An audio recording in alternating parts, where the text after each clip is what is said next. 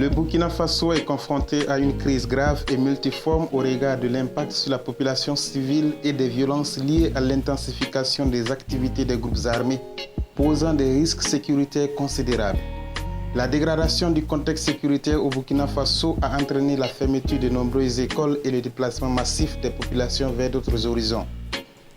Cette situation affecte le plus les élèves ainsi que ceux en âge d'aller à l'école et pose la problématique de l'accès des élèves aux structures d'éducation formelle et non formelle dans le pays.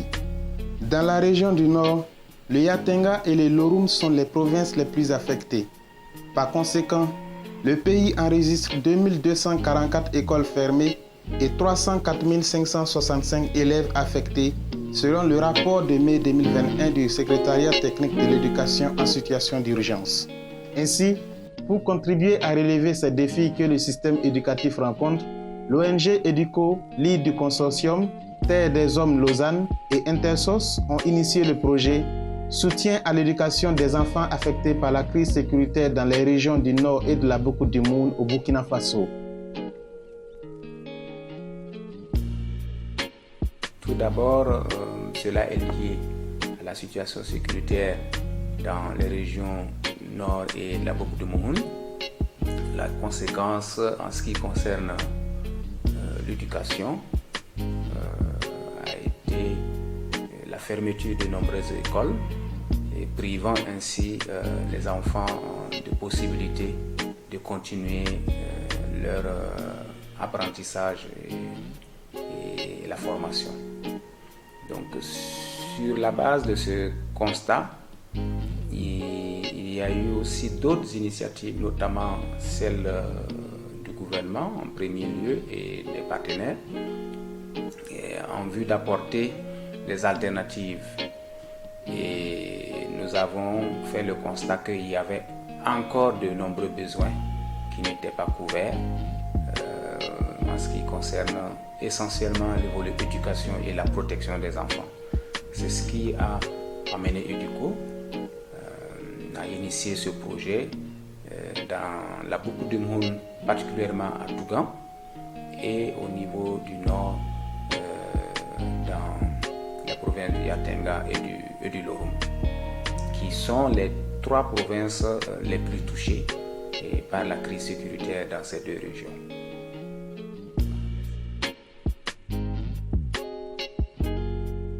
Il y a d'abord le consortium d'organisations internationales qui vont travailler ensemble. Il s'agit de l'organisation italienne Intersos et de Terre des Hommes Lausanne, qui est une organisation suisse, et de Educo.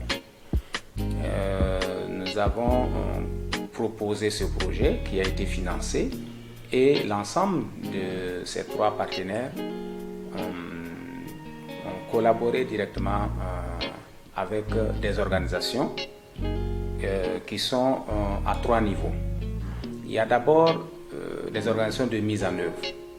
Donc, ces organisations de mise en œuvre sont notamment l'ONG Tabital Global, une ONG nationale.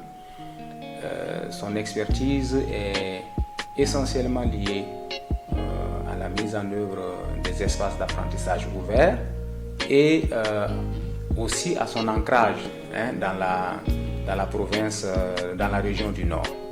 Donc cette organisation va se charger de la mise en œuvre de l'approche endogène, de travail avec des animateurs communautaires.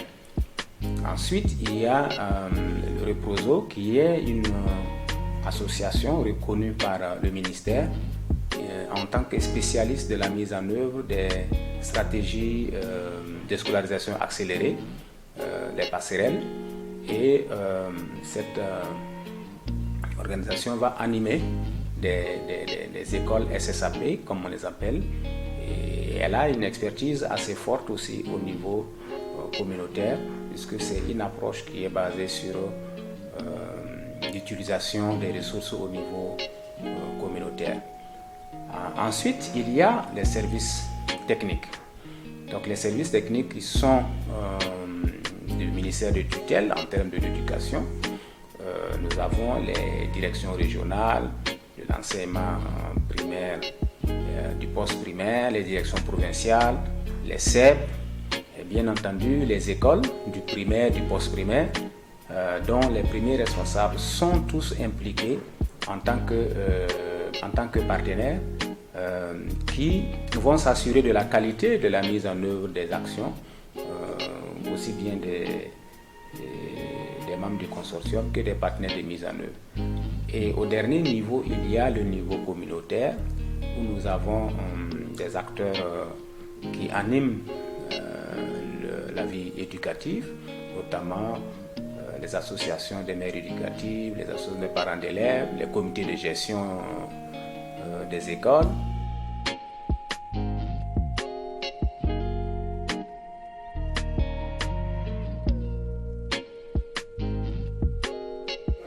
Le premier résultat est que les garçons et les filles affectés donc par la crise sécuritaire bénéficient des services d'éducation formelle ou non formelle de qualité dans les communes de Titao, de Waïguia et de Touga.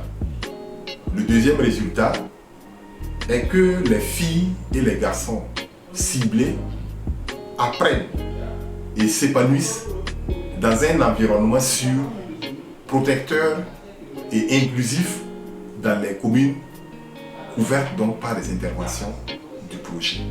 Pour ce qui est des activités réalisées au titre du résultat 1, il y a eu des sensibilisations communautaires à travers des causeries éducatives au nombre de 38 et 31 diffusions et rediffusions sur les thématiques de l'éducation en situation d'urgence, notamment la scolarisation et la rescolarisation, l'accès aux documents d'état civil et la cohésion sociale.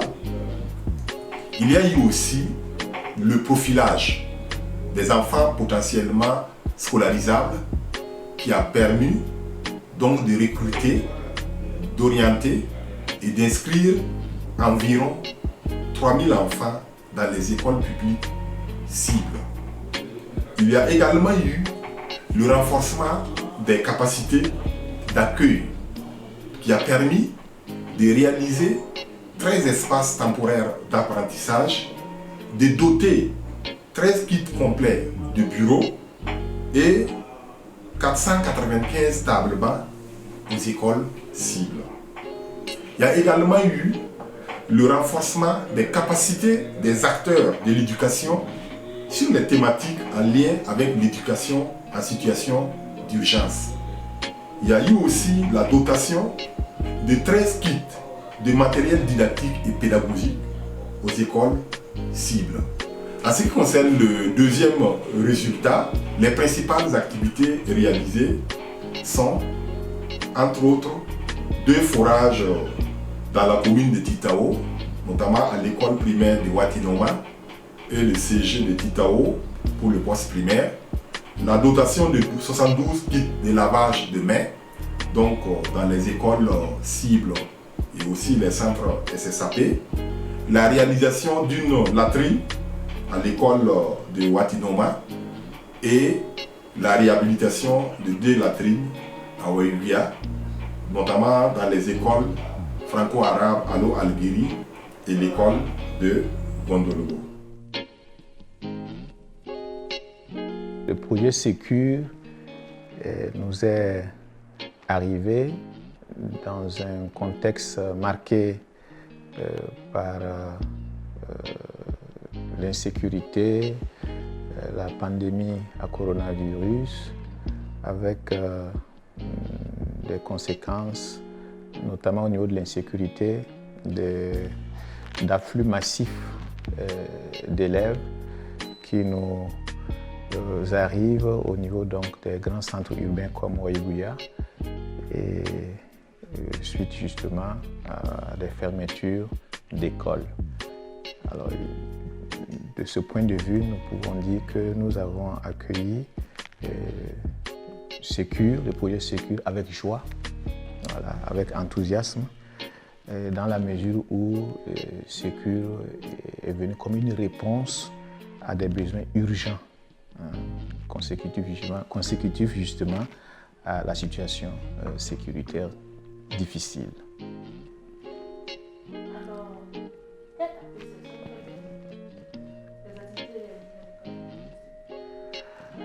Alors, les activités réalisées par le projet Sécure, nous l'analysons. Avant de l'apprécier, nous allons d'abord l'analyser et après analyse, on pourra justement donc donner une appréciation. Lorsque l'on fait un décryptage, on trouve que les activités du projet Sécure embrassent toutes les 3 composantes, n'est-ce pas, au niveau de notre système éducatif. Je vais parler de l'accès, dans la mesure où le projet Sécure a contribué, un tant soit peu, à la construction d'espaces temporaires d'apprentissage.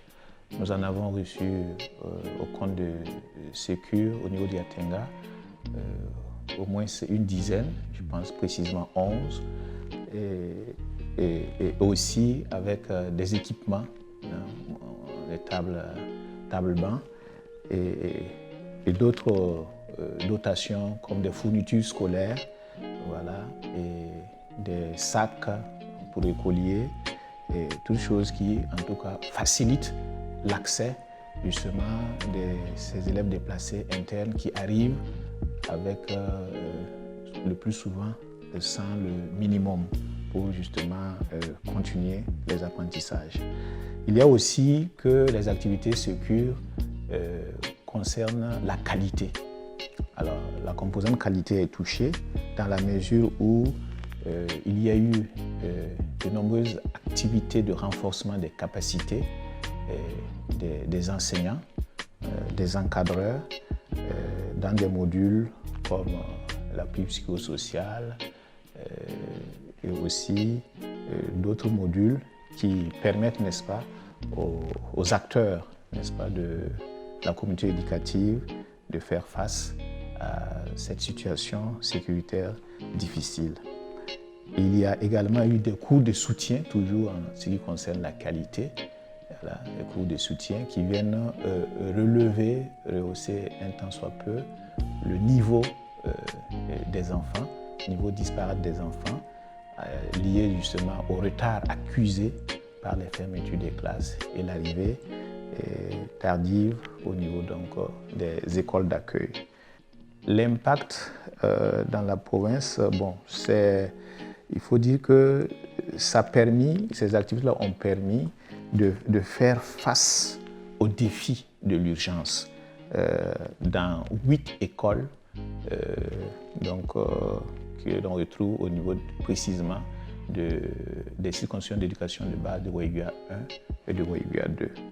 Et dans la mesure où ça a permis d'assurer, n'est-ce pas, la continuité éducative des élèves déplacés internes qui ont été reçus dans ces écoles-là. Et il y a également l'impact, c'est le fait que justement plus de 200 acteurs ont été capacités et ont vu donc leur capacité renforcée du point de vue de la pédagogie, du point de vue de l'appui psychosocial. Et aussi, l'impact, c'est au niveau justement des résultats, que ce soit au niveau des classes intermédiaires dans ces écoles, dans ces 8 écoles, que ce soit également au niveau donc, du certificat d'études primaires. Les leçons apprises, c'est qu'avec l'intervention de du projet Sécure, c'est que le projet nous a permis de nous rendre compte que l'éducation en situation d'urgence n'est pas une vue de l'esprit, c'est une réalité. Et à travers ce projet, nous avons vu un pan de sa mise en œuvre. Voilà. Nous avons également pu noter des bonnes pratiques, à savoir que les cours de soutien, n'est-ce pas, qui ont été organisés sont une bonne chose et mériteraient donc d'être maintenus, renforcés, et en tout cas améliorés. Il y a également les causeries éducatives, les journées de plaidoyer qui ont été déroulées aux normes des activités du projet et que nous trouvons donc être de bonnes pratiques. Enfin, nous voulons toujours demander une dotation, n'est-ce pas, en vivres, car comme vous le savez, une dotation en vivres des établissements scolaires qui vont bénéficier de l'accompagnement de ce projet, Secure qui est devenu Rescue, voilà, et des vivres, puisque cette saison, vous l'avez certainement remarqué, est une saison pluvieuse qui a été difficile. Et en plus, à cause de l'insécurité, il n'y a pas eu, n'est-ce pas, de récolte à proprement parler. Et donc, c'est dire qu'il y a comme le spectre, n'est-ce pas, un spectre donc de famine, de disette en tout cas, qui se profile. Et aussi que le projet continue, n'est-ce pas, de renforcer l'équipement, n'est-ce pas, en table-banc, en mobilier scolaire. Pour l'ONG Intersos, qui est partie prenante du projet, c'est-à-dire qui fait partie du consortium du projet, nous avons réalisé des activités dans la province, dans la région du moins du Boucle-de-Moun, et plus précisément dans la province du Sourou et dans la commune de Tougan. Les activités de l'ONG Intersos se sont déroulées dans la commune de Tougan. Et à Tougan, nous avons pu mettre en œuvre les activités du projet Secure en collaboration avec les partenaires étatiques tels que la mairie de la commune de Tougan, les deux directions provinciales de l'éducation nationale et de l'alphabétisation du Sourou. Je vais parler du DPP9 et du DPEPS du Sourou, et de l'action sociale également qui a contribué à mettre en œuvre les activités du projet Secure.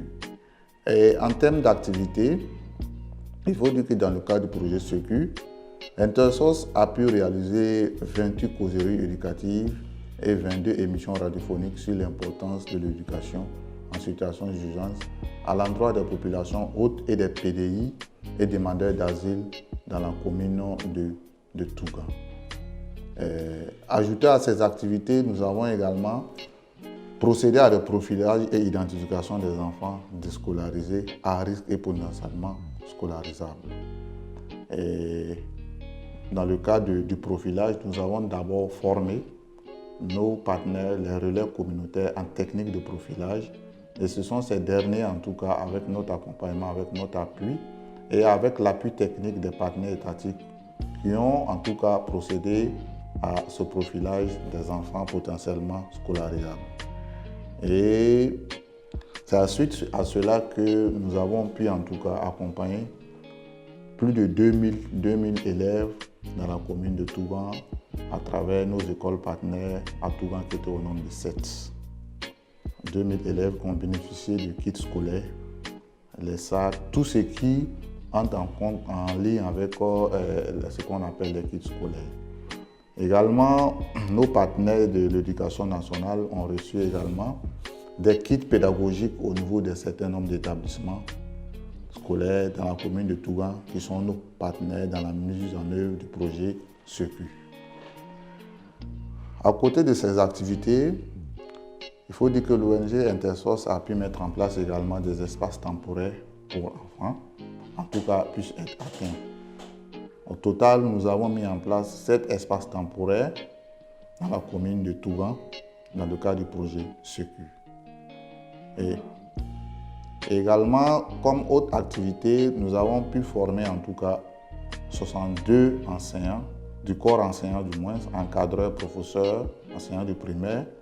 En tout cas, nous remarquons une forme de... C'est une famille en fait, une grande famille qui est plongée en tout cas dans les œuvres de l'humanitaire. Et ces actions-là, ce sont des actions que nous menons en tout cas de façon concertée et de façon conviviale en fait. Il y a une bonne ambiance qui règne au niveau du consortium. Il n'y a pas une histoire de concurrence au niveau du consortium. C'est vraiment une collaboration très très parfaite. Et nous, en tant qu'ONG Intersos, nous souhaitons en tout cas que cette collaboration a perdu pour le bonheur des enfants. Le projet Secure, les leçons apprises elles sont nombreuses. nous avons appris en tout cas, nous avons compris que seul, dans l'humanitaire, il serait très très compliqué de travailler seul.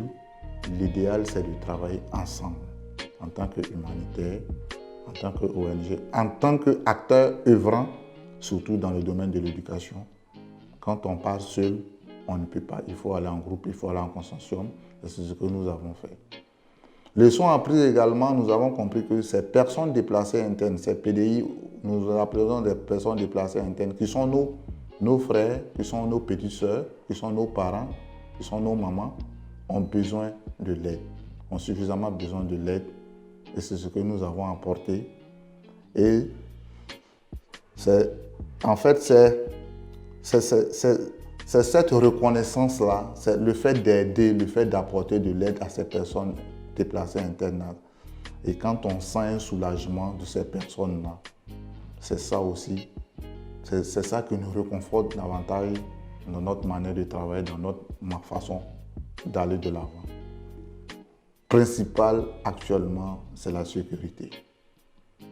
La situation sécuritaire fait que sur le terrain, il y a la psychose au niveau des personnes déplacées internes, la psychose également chez les acteurs qui doivent mettre en œuvre les activités. J'ai mis en place pour endiguer ces difficultés, par exemple au niveau de l'aspect sécuritaire, de l'insécurité en tout cas qui prévaut actuellement au niveau du Burkina, naturellement dans nos zones d'intervention. Nous avons écouté les différents conseils, différents coachings de notre coordinateur sécu qui est basé à Ouaga, qui a pu nous coacher à distance par rapport à un certain nombre d'attitudes et de comportements adoptés sur le terrain afin de pouvoir mettre en œuvre ces activités. Nous avons également collaboré avec les partenaires étatiques sur l'aspect sécuritaire qui nous ont également conseillé sur un certain nombre de comportements, d'attitudes à adopter afin que les activités puissent être mises en œuvre, en tout cas sur le terrain. Nous avons accueilli le projet Sécure dans la province du Soul avec beaucoup d'enthousiasme, dans la mesure où le projet est arrivé à un moment où les défis étaient énormes. Il y avait des défis liés à la situation sanitaire, mais aussi des défis liés à la situation sécuritaire, ce qui a engendré un certain nombre d'élèves déplacés dans les chefs-lieux de la province. Donc l'État à lui seul ne pouvant pas tout faire, l'arrivée du projet Sécure a constitué pour nous un ouf de soulagement. Le projet Sécure, nous avons bénéficié d'un certain nombre d'activités qui nous ont permis de dresser un bilan positif. D'abord, nous avons reçu, il y a eu la mise en œuvre des stratégies de scolarisation accélérée qui a donné une seconde chance à des enfants en situation d'abandon scolaire de réintégrer le processus classique. Et cette intervention, peut-être que ces enfants allaient se retrouver quelque part dans la nature en situation d'abandon et ils sont exposés à tous les risques possibles. Donc, nous avons aussi bénéficié des activités de renforcement de compétences d'un certain nombre d'acteurs de l'éducation, ce qui a favorisé une meilleure prise en charge des élèves, mais aussi, surtout les élèves déplacés internes qui sont arrivés le plus souvent dans des situations de détresse. Également, il y a eu un certain nombre de dotations en kits scolaires, en kits d'hygiène, en matériel divers, en vivres, qui a permis vraiment de résoudre un certain nombre de questions. C'est qu'au niveau des examens scolaires, il y avait eu la délocalisation de certains centres de composition. Donc avec cette délocalisation, il y a eu des besoins nouveaux qui étaient posés. Et avec l'arrivée du projet Sécure, nous avons pu relever un certain nombre de défis. Donc au regard de tout ce que je viens de dire, je trouve que le bilan est vraiment largement positif, que ce soit sur le plan de l'accès que du plan de la qualité de l'éducation. Ça a permis surtout de maintenir les élèves dans le système éducatif. Mais également, ça a permis à d'autres qui étaient hors du système d'intégrer le système éducatif. Ça a aussi l'impact aussi sur les élèves eux-mêmes, puisqu'il y a d'autres qui étaient en situation de détresse. Voilà, l'arrivée du projet a permis quand même de prendre en charge ces enfants-là et de créer un certain nombre de conditions de vie et d'études à l'endroit de tous les enfants, la majorité des enfants déplacés internes. Comme leçon apprise, c'est-à-dire nous avons compris que le secteur de l'éducation a plus que jamais besoin d'un grand nombre d'acteurs. Voilà, les défis sont énormes. Il faut se serrer pour relever un certain nombre de défis. Surtout qu'il y a des défis nouveaux qui viennent s'ajouter à tout moment. Donc nous avons besoin plus que jamais d'un certain nombre d'acteurs, d'un grand nombre d'acteurs pour accompagner le secteur de l'éducation. En termes de bonnes pratiques, je vais d'abord parler de la collaboration qui est régnée entre les acteurs du projet Secure et le monde éducatif. Voilà, ce qui a permis vraiment de relever un certain nombre de défis qui se posaient à nous. Également, il y a le caractère inclusif du projet. Voilà, nous avons cheminé ensemble, nous avons été associés à l'expression des besoins et chaque fois qu'il y a un besoin nouveau, on s'est toujours retrouvés, on a pu échanger pour trouver une solution ensemble. Donc c'est le caractère inclusif qui nous a aussi permis vraiment de relever un certain nombre de difficultés. Message à l'endroit de EDUCO et de ses partenaires. C'est un message de remerciement et de reconnaissance à l'endroit de l'ONG EDUCO et de ses partenaires, puisque ça nous a vraiment permis de relever beaucoup de défis, de résoudre beaucoup de problèmes. Et aussi, il invite à toujours demeurer à nos côtés, parce que les défis, on a pu relever d'autres, mais il y a toujours des défis qui se présentent à nous. Il y a de nouvelles situations qui se présentent. Donc c'est toujours les inviter à demeurer à nos côtés afin que nous puissions atteindre l'objectif commun qui est l'éducation de qualité pour tous les filles et fils du Soumou. Avec l'appui technique de l'association Tabita Global, EDUCO, à travers les projets Secure financés par la DG ECO, a mis en place une approche d'implantation d'espaces d'apprentissage communautaire ouverts dans l'optique de contribuer à la continuité éducative des élèves affectés par la crise dans la province du Yatenga et du Lorum. Nous avons constaté qu'avec la dégradation de la situation sécuritaire, il y a beaucoup d'écoles qui sont fermées et aussi les enfants n'ont pas accès à l'école. Et du coup, il y a le risque d'être enrôlés dans les groupes armés. Donc c'est fort de tous ces constats que l'association Tabita Global a accepté d'adhérer à cette approche-là.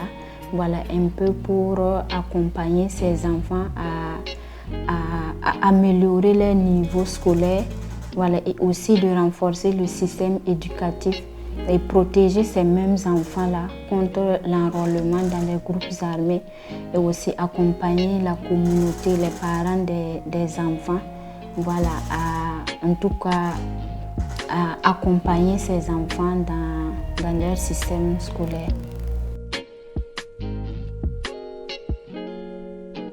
Dans le cadre de l'implémentation de cette approche, l'association Tabita Global a acquis un appui technique et financier de la part de l'ONG EDUCO.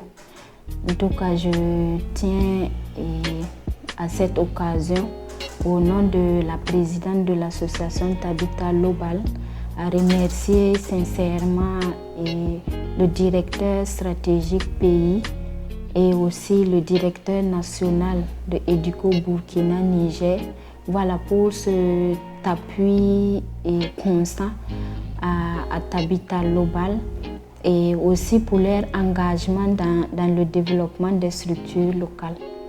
Vraiment, nous sommes contents de l'appui de EDUCO parce que c'est des gens qui sont venus d'ailleurs, que ce soit de Kumbri, de Nongo, de Mendigui.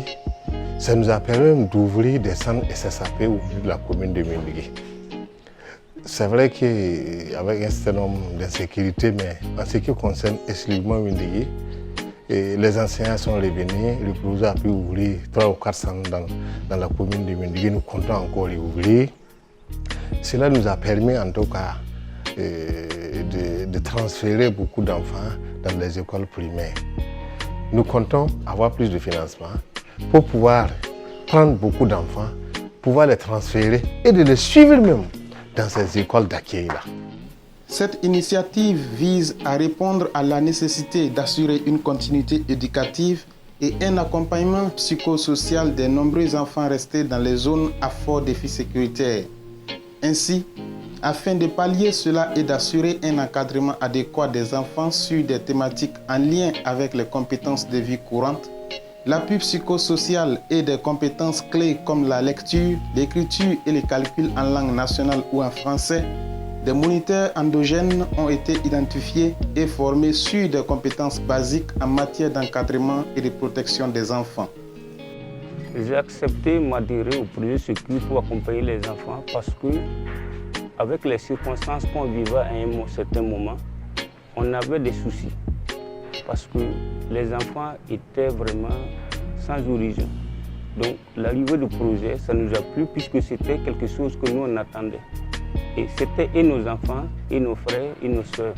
Donc il était vraiment important que nous on accepte les accompagner, puisque nous sommes aussi du village aussi.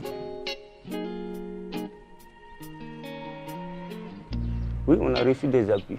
Dans un premier temps, nous avons bénéficié d'une formation qui nous a permis d'avoir un minimum de bagages. Et on a reçu des matériels comme du savon, des nattes, des ballons. La formation nous a apporté beaucoup de choses. Dans un premier temps, on a eu de l'expérience. Et ça nous a beaucoup touché parce qu'en côtoyant les enfants, on a senti que les enfants avaient vraiment besoin qu'on s'approche et qu'on les écoute.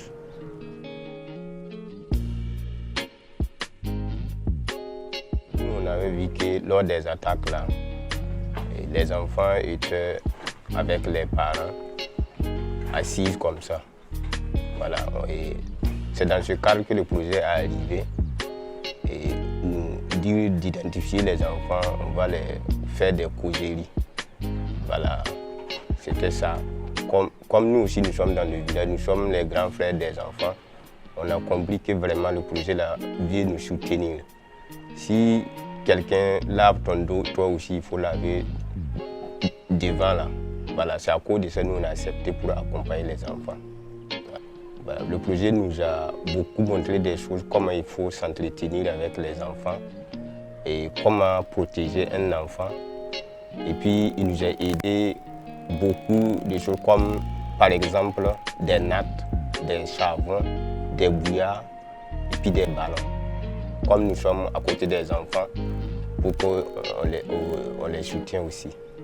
Quand le projet est arrivé, les enfants là ont connu qu'en tout cas, ils ne sont pas perdus. Parce qu'avant, ils étaient à l'école est fermée. Où ils vont aller maintenant? Mais comme il y a des moniteurs qui sont en train de les encadrer, genre causerie, ils ont compris qu'en tout cas, les gens là regardent leurs problèmes, quoi. Ces espaces d'apprentissage communautaire ouverts ont été appréciés par les parents et les enfants. Ils ont permis également aux enfants d'acquérir des connaissances sur des thématiques et de susciter leur éveil. Ça y est, éducation qui tombe tenga. Qui t'a mis à un ton tenga yuma son refa. Ton tenga parikira a bengal en cause ya bien a carniase. A parikira bengal en cause, nda bi sebriase. Parikira bengal en cause nda bi corbe. Éducation da son ton no anda fa. Ça c'est le son là il a usgo. Alors me carndo on compte pasto. Kombi ba son wini gidame. Ça c'est le kombi sirire kame. Bale ton carndo ne sanama pata kilo la windela edike panga yinga. Tondo wini gra panga yinga. Kombi fa uma gomda usakame. Halen kilgetia soma. Tu nafde. Rien. Kita mtondo tinga kumbi payari. Paro de sanam. Sumbe sanam de masa nyaba. Tu fais karambili bal tarfa yisigu. Tu venez pour pas Au total, 300 élèves ont bénéficié d'encadrement pédagogique dans 10 centres de la commune de Waiguia et de Titao pendant 9 mois. Le premier bawaouri. Le premier bawaouri. Le premier zakapisi. Moi ça, aujourd'hui. Kita macam bang ya pas sore to bang yo zaka pisu ko sei ki do ko to show ki ko ba to show ki show ya pa lam show me lam pisu zaka bi pugulo ko kanser bang Pour ça, pour le propre, donc considère que vous pouvez dire. Les colons para ayumanas l'autre. Comment la théorie d'ayare la son tonde ne combien tignou car ne ziming à la son madame. Architecte ba ibol combien sarande car me débattre ba yimba senda ma de ba. Tonde bien fouille que pour ya. Gilgin pas tout mais tonde pam to ma pam bangara nawa sonzen tondo. Le ton sungre no ma pa ton nunga ya. Tonde le premier logo de son wa go to ki tonde banga tonde le premier zulo isa inde kendin du tisa in tem tonde ba tisa ru no ko malemo tonde le premier legam de man to an ki tem tonde banga legam de tonde le premier burikindi ki tem tonde bang burikindo ba songa mam nam pam na sara karna sankar Anzansa vocabulaire, conjugação, letília, ecatília. Dating mungkin kita karena esok kami sempat paham karena. Semua iya no oleh tuan nali bang karena. Ini samsa grammar nam, vocabulaire nam, conjugação.